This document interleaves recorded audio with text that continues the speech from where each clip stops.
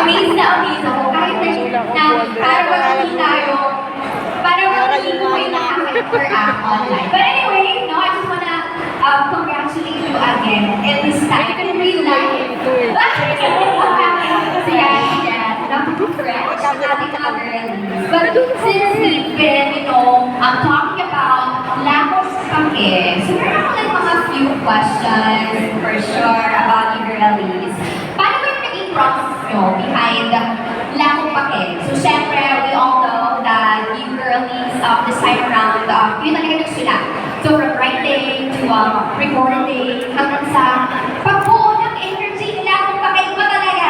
Nakita ko yung MV, di ba? Okay, so speaking of MV, di ba, that amazing MV by our friends from 1032 Lab as well. So palakpakan rin naman muna natin. So how did you guys come up from the idea to final ng lack of pake? Well, Lack of Pake kasi started off as a challenge for me by Kuya Chris Box. He gave me 10 minutes na binigyan ng beat and 10 minutes binigyan niya ako para lang makapagsulat ng book. And that's how Lack of Pake came about. And when it comes to the meaning, well, with the presence of social media, everyone is really like comment and say whatever you want to say in the speech. And parang it's just filtering out the negative thoughts and negative things. And also, hindi lang siya about bashers or people saying negative things about you. It's also about battling your inner thoughts, your negative inner thoughts as well. Napakita sa MV na hindi tayo magpapadala sa kung ano yung negatibo na sa labas. Kundi, ang positibo at buting loob na meron na atin. Oh, we love that! Ano ka naman natin? Si candidate number 1. Candidate number 1. So yeah, since Lack of Pake is a part of your album, the Section of Eve, right now let's talk about the bigger picture this time. So how did you create the whole album? So this time, ano ba yung gusto natin message na makuha ng bullets compared to the songs na you had before? Like the Section of Eve as full body work. Iniisip kasi nila na isang female alpha is puro nakaslang, puro agresibo, puro move forward. Pero hindi nila naisip saan ba nagagaling, ano ba alpha. Ganon din silang mga pinagdaanan ng struggles, mga paghihirap sa buhay, kung kaya sila nabuo at naging Alphas. Kasi yun sa naging inspiration namin para mabuo din sa amin. Thank you so much, candidate number 2. No, I think Josh is about to say something as well. Gusto ko lang sabihin na since it's our first album and it's been in the works for a very long time, gusto lang namin maging honest about our testimony as a group, our experiences going into adulthood, and we just wanted to be honest with the songs and for it to feel like a letter para sa inyo, mga naghintay, and salamat po sa support na itanggap ng mga honesty namin. And like Althea said, there's different layers to a female alpha, kaya ang tawag ng album ay next section of Eve kasi madaming layers ng isang tao, ng isang woman, hindi lang strong, hindi lang sad, hindi lang feminine, but there's a lot of layers, kaya next section of Eve. I love that answer. Sino winner? Naging Miss Universe ba? Then, sige, speaking of honesty, I gotta be honest. It took what? 1,367 days. Yes, So, yeah, to be exact, diba? So again, your debut happened, it was back in February 25, tama ba? 25, 2022, and then the album launched November 2020, yun na, kalito na, 2025. And then, syempre, ang dami natin, napagdaanan.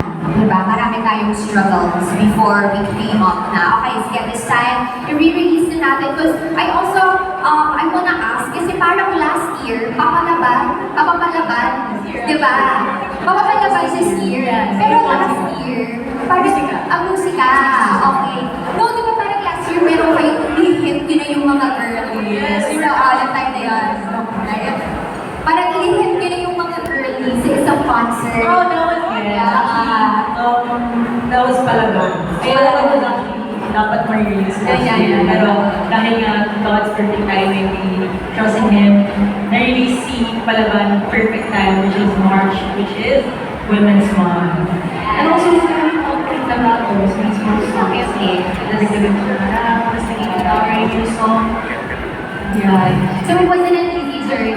So daming struggles, and dami rin nating learnings. Pero I would like to ask this time, like how were the moments like, especially nung mga times na kailangan yung kapitan, like yung mga kayo mga members, syempre yung mga struggles din natin, pwede nyo mag-share? Well, ano talaga yun, every time we struggle, palagi na namin pinatandaan yung isa't isa kung ano yung pangarap namin, yung goal namin, yung objective namin. And we always have God as a center of our group. That's why we remain patient, we remain patient, and we just trust in Him and trust in the words of God. And alam mo ako sa, pag may struggle, may kanta. Yes! Oh my gosh! Actually, next question po. But how are you feeling, girls? I mean, knowing na na yung album natin is here. Kinakabahan ba? Mix of emotions? How are you feeling? Super kabado. Kasi first ever launch of my first album showcase. Promote the album. Taon-taon ng beses naman nakikita ang mga bullets sa harapan. Pagkaalay ng mga tapos nandun, ay dahil Mention na ang G22 sa taas. Literal lang sa taas pala, no? Sige, yung mention, di ba, yung struggles natin, so ginawa natin and rin din yung motivation since it's also your first album, it's your first album showcase. I want to talk about the song first. Can you tell us more about it? Okay, so first is a song that I wrote so long ago. And it went from a song about a bleeding heart to a song that eventually bandages. Again, bandaged heart siya. It's about malalaman nila sa